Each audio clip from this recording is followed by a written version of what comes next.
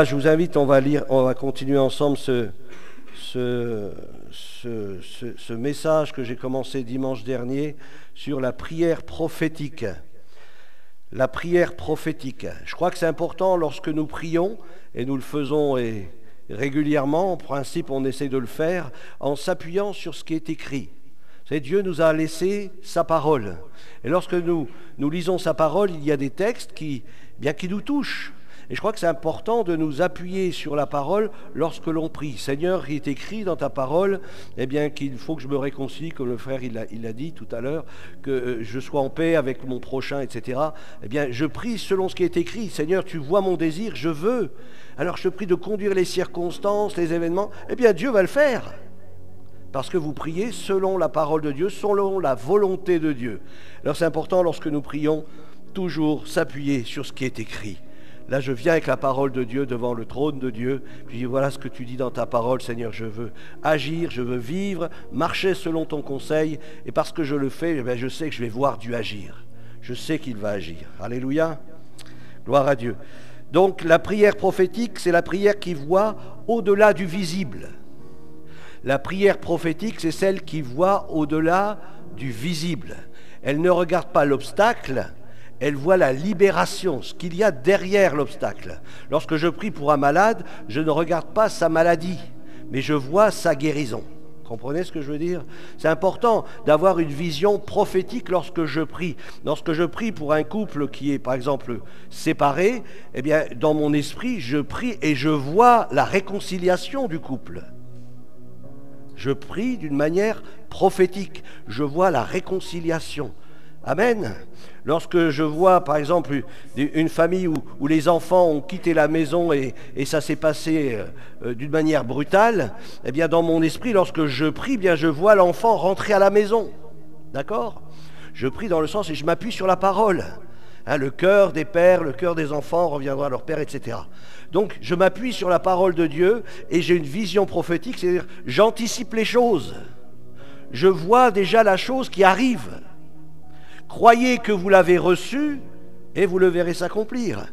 Donc c'est important d'avoir cette attitude. Dans Exode au chapitre 17, on va partir de ce texte. Exode chapitre 17, versets 9 à 13.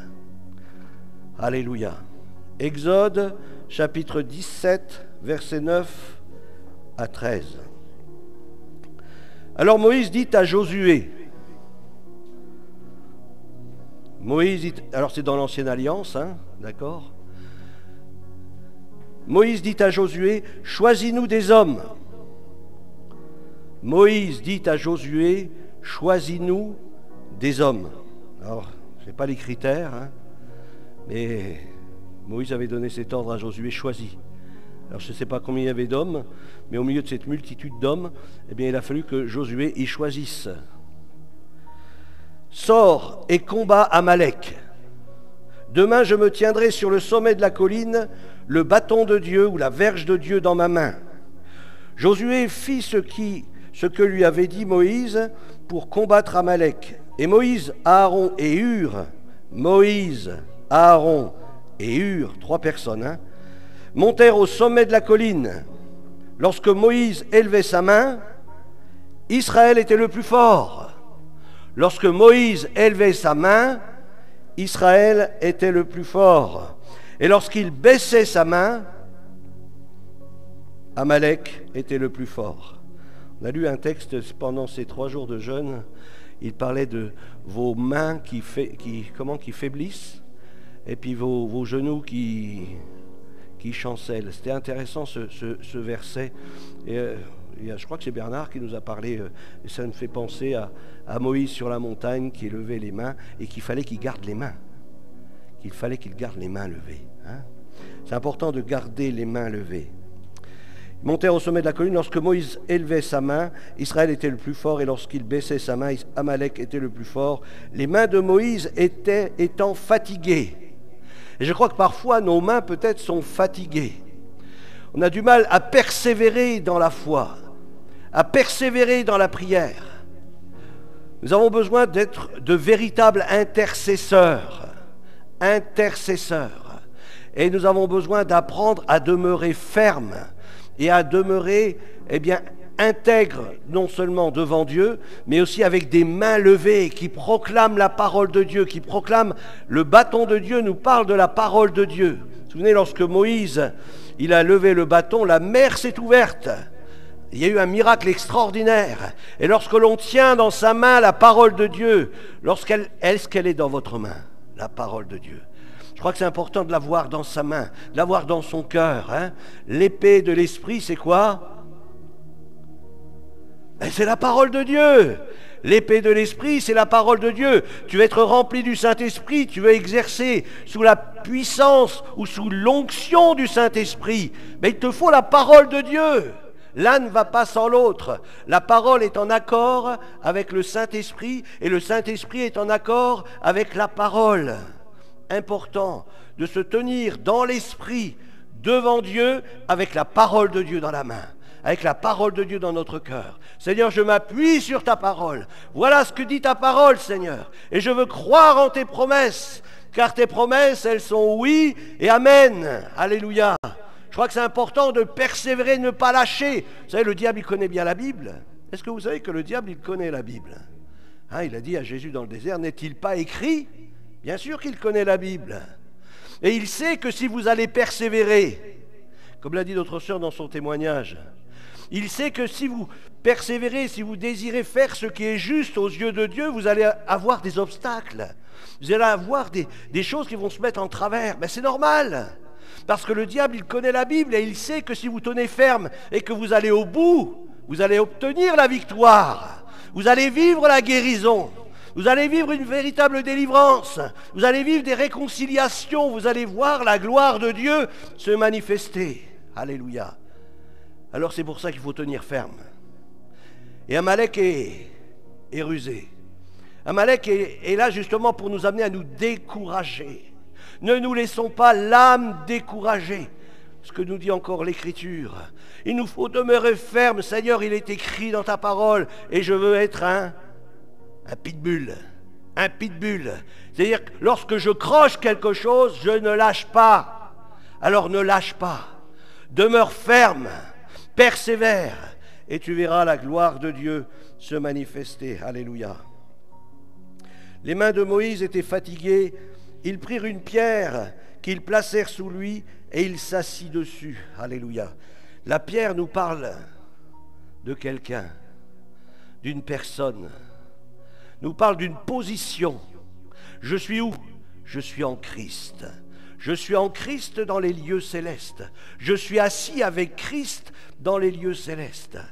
Alors si tu confesses la parole, écoutez-moi bien, si tu confesses la parole, si tu pries par le Saint-Esprit, mais que tu n'es pas assis avec Christ dans les lieux célestes, mais tu risques d'avoir quelques petits problèmes. La foi d'être en Christ. Je suis en Christ. Je suis un enfant de Dieu. Je lui appartiens. J'ai été lavé, j'ai été purifié par le sang de Jésus-Christ. Et je m'appuie sur lui. Je m'appuie, comme l'a dit notre sœur, sur la grâce de Dieu. Est-ce que tu t'appuies sur la grâce de Dieu? Je m'appuie sur la grâce de Dieu. Dieu est mon appui. Je suis assis en lui. Et Moïse, lorsqu'il a été assis, nous dit le texte, ils prirent une pierre qu'ils placèrent sous lui, il s'assit dessus, Aaron et Hur soutenaient les mains. Aaron et Hur soutenaient les mains. Et on va voir ce que veut dire Aaron et ce que veut dire Hur. Ces choses qui nous amènent à garder nos mains levées. Il y a une signification au travers de ces deux personnages qui nous amènent à garder et à persévérer, à avoir les mains levées vers le ciel. Les mains levées vers la délivrance. Les mains levées vers la bénédiction de Dieu. Les mains levées vers la réalisation des promesses divines. Les mains levées vers le ciel. Aaron et Hur soutenaient ses mains, l'un d'un côté, l'autre de l'autre, et ses mains restèrent fermes. Et ses mains restèrent fermes lorsqu'on est bien entouré, lorsqu'on a la bonne vision, lorsqu'on a les bons éléments, il y a une fermeté qui est là. Il y a quelque chose qui nous amène à demeurer ferme et à ne pas rebrousser chemin, mais au contraire à persévérer et à s'attendre à ce que la puissance de Dieu se manifeste. Alléluia. Vous savez,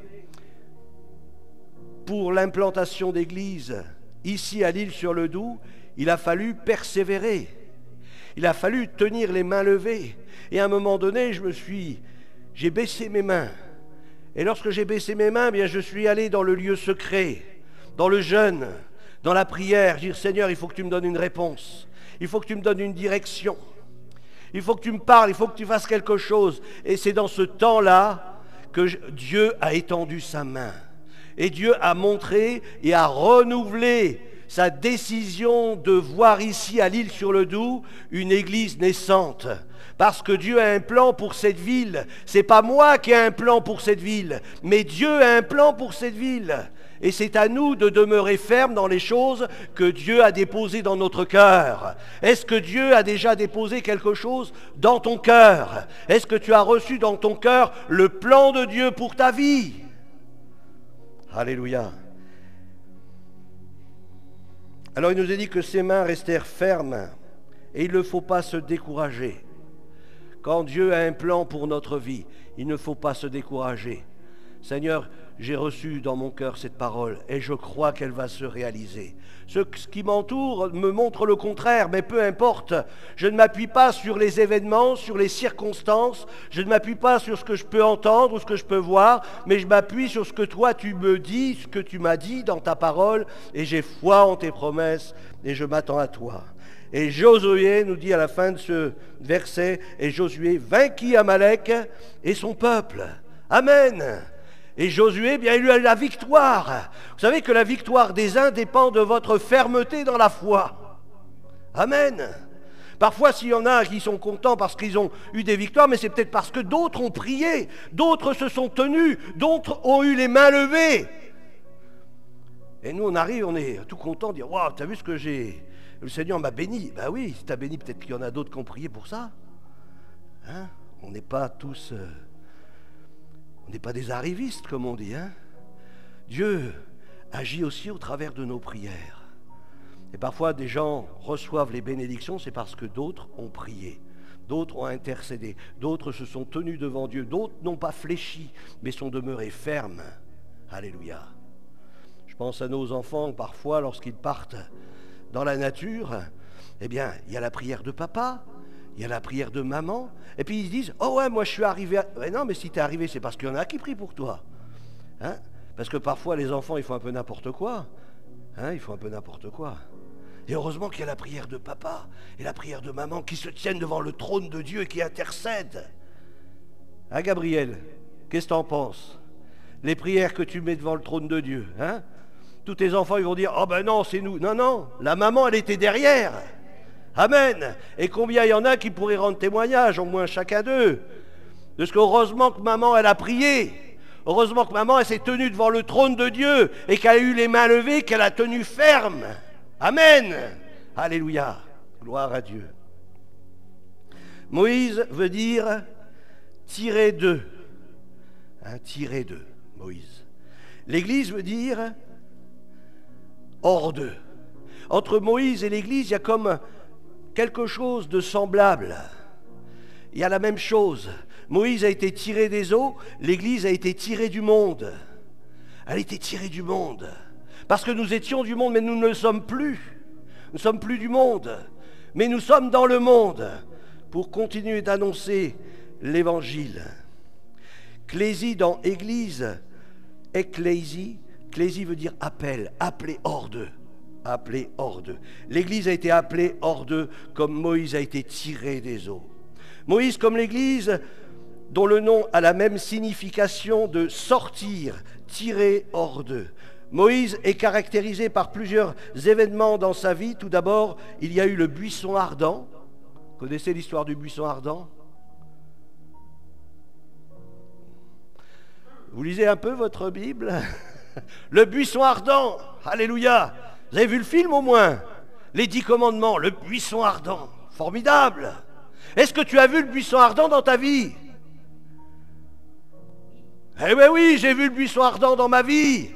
Parce qu'un jour j'ai rencontré celui qui est vivant, qui est ressuscité. Alléluia. Il y a une rencontre spirituelle, une rencontre miraculeuse. Vous savez, si je suis devenu chrétien, c'est parce qu'il y a eu un miracle. Et si vous êtes devenu chrétien, il doit y avoir eu un miracle dans votre vie. Amen. Voilà, il y a au moins quelques-uns qui ne dorment pas ce matin. Voilà, il a fallu un miracle.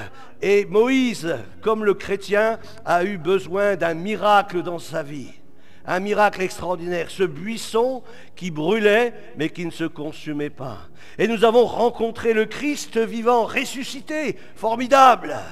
Celui qui a transformé ma vie, c'est un miracle, c'est miraculeux. Alléluia. Le deuxième signe, c'est le témoignage. Les signes comme témoignage. Nous avons besoin, comme Moïse a été vers les Égyptiens et aussi vers les Israélites, il leur a montré des signes comme quoi ils étaient bien envoyés de Dieu. L'Église, de même, va vers le monde et il se manifeste les signes, prodiges, miracles et guérisons pour confirmer le message que nous annonçons, comme Moïse a annoncé le même message de faire sortir le peuple d'Israël d'Égypte. La vie de Moïse, la vie de l'Église, il y a des similitudes. Il y a des similitudes. La troisième chose, c'est sa mission, de faire sortir des captifs. Comme Moïse, sa mission était de faire sortir Israël, nous, notre mission, c'est d'aller faire sortir bien ceux qui sont appelés, ceux qui sont destinés à croire, ceux qui sont prédestinés avant la fondation du monde, ceux que Dieu sait qu'ils vont croire, qu'ils vont se tourner vers lui. Dieu, il sait à l'avance le nombre de personnes exactes. Vous vous rendez compte? Et peut-être il y en a une dizaine à côté, là. Et le Seigneur nous dit, regarde, à côté, il y en a 10. Va les chercher, va rendre témoignage. Ah, ils sont durs peut-être, peu importe. Mais moi, je sais, ils sont inscrits dans les livres. Ils sont inscrits dans le livre, mais il faut qu'ils entendent. Comment croiront-ils s'il n'y a personne qui prêche, s'il n'y a personne qui annonce, s'il n'y a personne qui rend témoignage? Nous avons une responsabilité. Dieu fait de nous des gens responsables.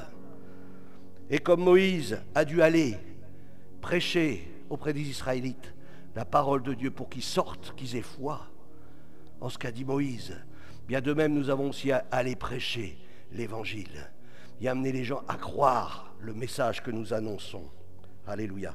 Aaron veut dire haut placé ou éclairé.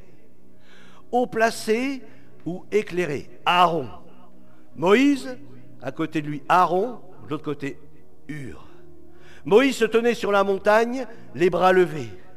À côté de lui Aaron, Aaron qui signifie haut placé, éclairé. Où est ta place? Es-tu quelqu'un de haut placé? Es-tu suffisamment éclairé? Nous avons besoin d'être avec Christ dans les lieux célestes. La parole de Dieu nous invite à rechercher les choses d'en haut. Est-ce que tu recherches toujours les choses d'en haut? Non celles qui sont sur la terre. Combien de chrétiens aujourd'hui recherchent plutôt ce qu'il y a sur la terre? Mais Dieu dit, lève les yeux vers le ciel et recherche ce qui est en haut. Comme je disais la dernière fois, nous sommes des aigles. Et les aigles, ce n'est pas fait pour être dans un poulailler et manger des vers. Les aigles ne sont pas des poules. Je suis un aigle et ma destinée, eh bien, c'est d'être sur les hauteurs, c'est de monter sur les hauteurs. Alléluia. Ah, j'ai enregistré une petite photo là sur Facebook. C'est un aigle qui est en train de voler et puis sur lui, il y a un corbeau qui est en train d'y picorer derrière la tête.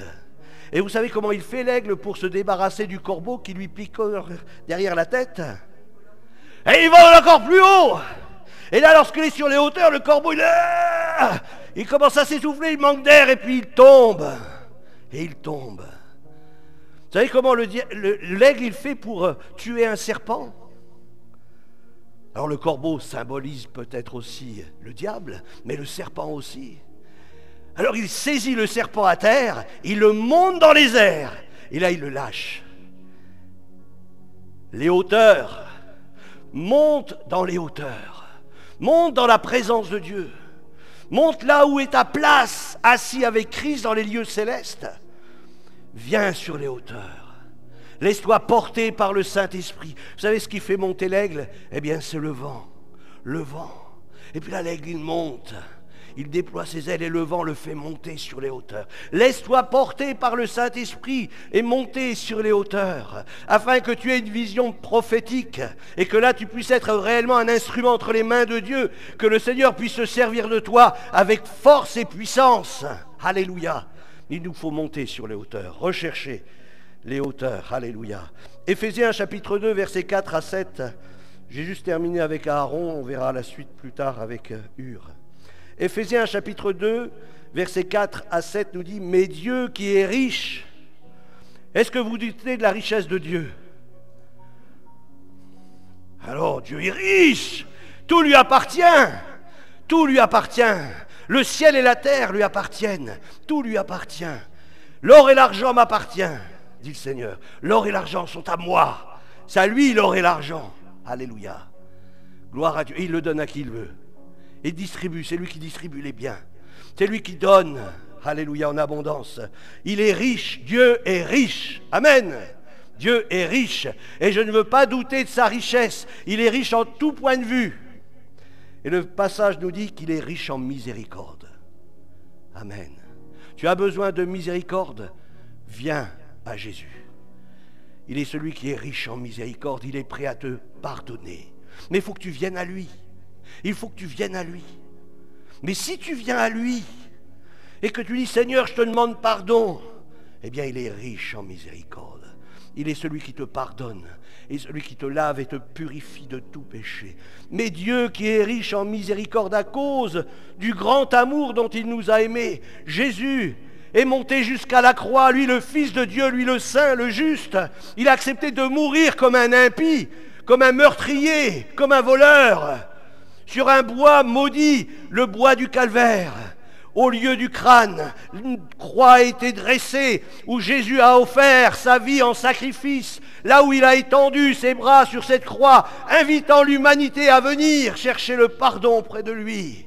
Il a pris ton péché, il a pris ta malédiction, il a pris ta condamnation, il a pris ton jugement. En Jésus-Christ, tu peux être entièrement libéré. Venez à moi, dit Jésus. Vous tous qui êtes fatigués, vous qui êtes chargés, venez à moi et je vais vous donner du repos. Je vais vous communiquer ma paix. Je vais vous communiquer ce repos dont vous avez besoin. Venir à Jésus, alléluia. Son grand amour dont il nous a aimés. Nous qui étions morts, avant de connaître Christ, nous étions morts.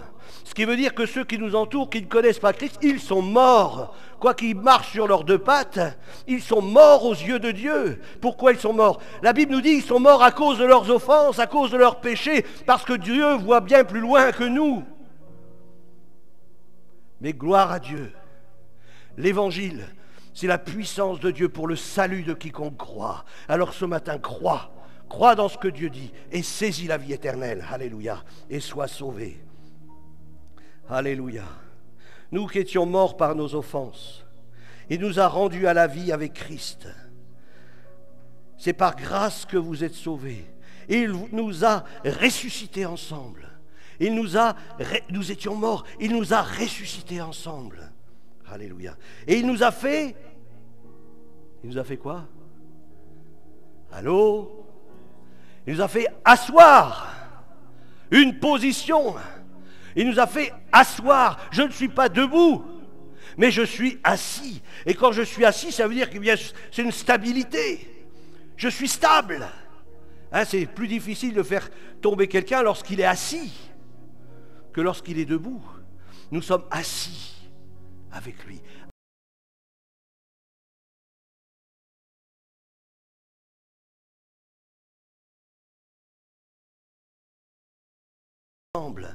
Assis dans les lieux célestes en Jésus-Christ, afin de montrer dans les siècles à venir l'infinie richesse de quoi?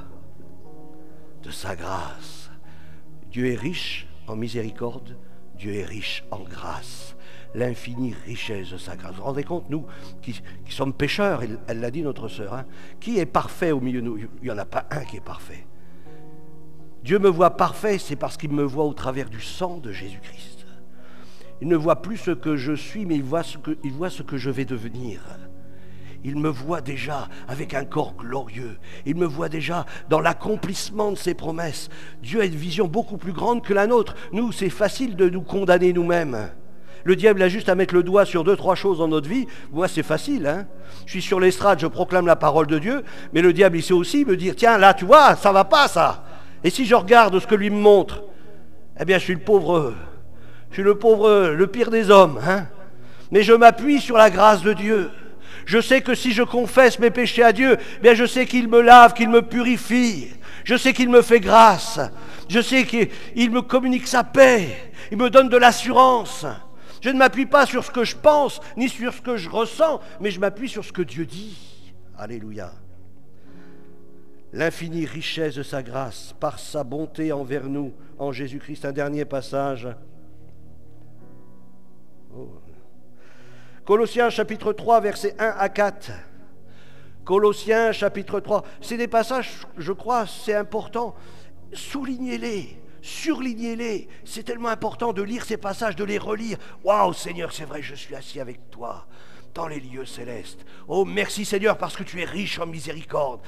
Appuyez-vous sur la parole de Dieu. Alléluia. Appuyez-vous sur l'Écriture. Ne vous appuyez pas sur vos émotions, vos sensations. Appuyez-vous sur ce qui est écrit. Colossiens chapitre 3, versets 1 à 4. Si donc vous êtes ressuscité avec Christ, est-ce que vous êtes ressuscité avec Christ? Amen. Et j'étais mort, il m'a ramené à la vie. Donc je suis ressuscité avec Christ. Donc il pose la question, si donc vous êtes ressuscité avec Christ, alors qu'est-ce qu'il faut faire? Eh oui, cherchez les choses d'en haut. Si donc vous êtes ressuscité avec Christ, arrêtez d'avoir le regard horizontal. Regardez vers le ciel. Regardez vers le ciel. C'est là que descendent toutes les grâces de Dieu. Alléluia, que nous ne méritons pas. La grâce de Dieu, source de salut pour tous les hommes, a été manifestée. C'est Jésus. Alléluia. Si donc vous êtes ressuscité avec Christ, cherchez les choses d'en haut, où Christ est assis à la droite de Dieu. Ensuite, qu'est-ce qu'il nous a dit? Wow. Alors, recherchez, ok, premièrement, et ensuite, affectionnez-vous. Ayez de l'affection. Ayez de l'affection. Pour vous, c'est précieux. Non, on dit on a de l'affection pour son enfant, son épouse, son mari. L'affection, souvent, c'est quelque chose qu'on aime. C'est l'amour qui motive l'affection. Enfin, je pense. Lorsque je suis affectueux, c'est parce que c'est l'amour qui me motive. Je suis affectueux, je m'affectionne des choses d'en haut, c'est parce que c'est l'amour de Dieu qui me motive, parce que j'ai connu l'amour de Dieu. Et parce que j'ai connu l'amour de Dieu, je recherche les choses d'en haut et je m'affectionne aux choses d'en haut. J'aspire aux choses d'en haut. J'aspire aux choses d'en haut. Alléluia. Affectionnez-vous aux choses d'en haut et non à celles qui sont sur la terre. Et non à celles qui sont sur la terre. Je crois que l'apôtre Paul, il avait déjà un problème à l'époque avec les Colossiens, puis surtout bien d'autres. Il voyait qu'il manquait une dimension dans leur vie. Ils avaient toujours la dimension horizontale, mais lui, il essayait de leur inculquer la dimension verticale. Car vous êtes morts. C'est-à-dire, on est mort au monde. On est mort aux choses de ce monde.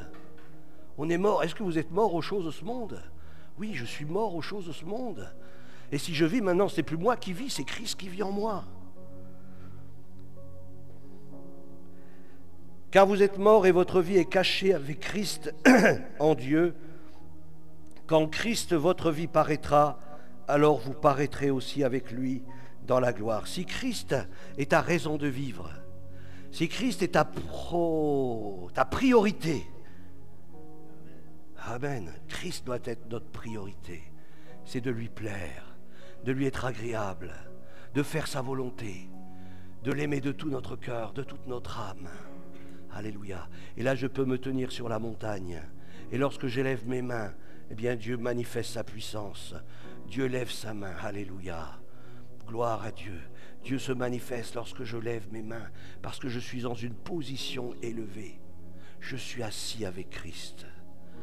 Parfois, et souvent, c'est la foi qui nous empêche de saisir les promesses de Dieu. Mais elles sont là. Elles sont oui, amen. Et parfois, bien, le chrétien, il y a comme un bras qui est raccourci. Un bras qui est comment on pourrait dire, ouais, je cherche à atrophier, un bras atrophié. Que la puissance de Dieu vienne développer ton bras atrophié et qu'il reprenne sa forme initiale, celle que Dieu désire pour toi, afin que tu puisses te saisir des choses que Dieu a préparées pour toi. Amen. Amen. Gloire à Dieu. On va terminer là. On va prier le Seigneur. On fera la suite plus tard. Alléluia. On va se lever ensemble. Il est midi 20, 21, 22. Alléluia. Position élevée, mon frère, ma sœur. Position élevée. Sois cet aigle. Viens sur les hauteurs. C'est là ta place. Les hauteurs du pays. Les hauteurs. Afin que tu aies une vision prophétique, tu puisses voir les choses, eh bien, comme Dieu les voit. Non pas comme toi tu les vois, mais comme Dieu les voit. Alléluia. Vous savez, lorsqu'on prend de la hauteur, même surtout nos problèmes aussi, ils prennent de la... Alors, nous, si on prend de la hauteur, eux, ils prennent de la... Ils deviennent réduction. Hein. Puis on dit, oh, ce petit problème-là, hop, un petit coup de pied, c'est fini. Lorsque je prends de la hauteur, mes problèmes deviennent tellement insignifiants que je peux prendre la victoire. Alléluia. Seigneur, merci pour ta grâce. Merci pour la richesse de ta miséricorde. Merci pour ta bonté, Seigneur. Merci pour ta fidélité. Merci pour tes promesses. Merci pour ta parole. Merci parce que je t'appartiens. Merci parce que tu as des projets pour moi. Est-ce que vous le croyez ? Alors dites-le, Seigneur, oui, je crois, tu as des projets pour moi, tu as des projets pour ma vie, tu veux te servir, agir au travers de moi, tu veux manifester ta gloire au travers de moi, je veux être un instrument de bénédiction, Seigneur, une source de bénédiction pour plusieurs. Est-ce que vous le voulez vraiment ? C'est possible, c'est possible. Je ne vous prêche pas des choses illusoires, je vous prêche, c'est ce qui est écrit, c'est la parole de Dieu, c'est à vous d'y entrer. C'est à vous d'y entrer. Je ne peux pas y entrer pour vous. Je ne peux pas, comme les vierges folles et les vierges sages, les vierges folles qui disaient « donne-nous de l'huile », mais les vierges sages disaient « je ne peux pas vous en donner. C'est à vous d'entrer dans les choses. C'est à vous d'aller les chercher. C'est à vous de les prendre. » C'est à chacun d'entre nous de prendre les choses que Dieu veut nous donner. Alléluia. Seigneur, merci de bénir mes frères et sœurs. Merci d'encourager chacun à se saisir pleinement des choses que tu as en réserve pour chacune de nos vies. Seigneur, aide-nous à être persévérants dans la foi, à être des pitbulls, à ne pas lâcher, mais à demeurer fermes, à tenir ferme face à toutes les ruses du diable qui voudraient nous faire croire que ce n'est pas possible. Et toi, Seigneur, tu dis tout est possible à celui qui croit. Est-ce que tu crois ce matin? Seigneur, je crois. Je crois que tu peux ramener à la vie ce qui est mort. Je crois que tu peux ramener à la vie ce qui est mort. Je m'appuie sur ta promesse. Saint-Esprit, viens souffler sur moi. Viens souffler sur moi. Viens m'embraser tout à nouveau. Viens m'embraser tout à nouveau. Seigneur, merci parce que tu me fais voir ta gloire. Tu me fais voir ta gloire. Fais-moi monter sur les hauteurs par ton vent, par ton souffle. Fais-moi monter sur les hauteurs et que je puisse voir les choses comme toi. Seigneur, tu les vois. Merci, Seigneur. Je te rends grâce, Seigneur, de ce que tu es venu à mon secours. Dans les moments les plus difficiles de ma vie, tu as été présent. Seigneur, bénis, Seigneur, mes frères et sœurs. Que ce matin, plusieurs aient pu recevoir ta parole et que cette parole puisse porter du fruit, Seigneur, dans leur vie.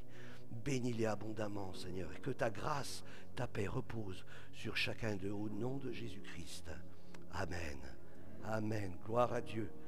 Un bon dimanche à chacun. On se retrouvera dans 15 jours,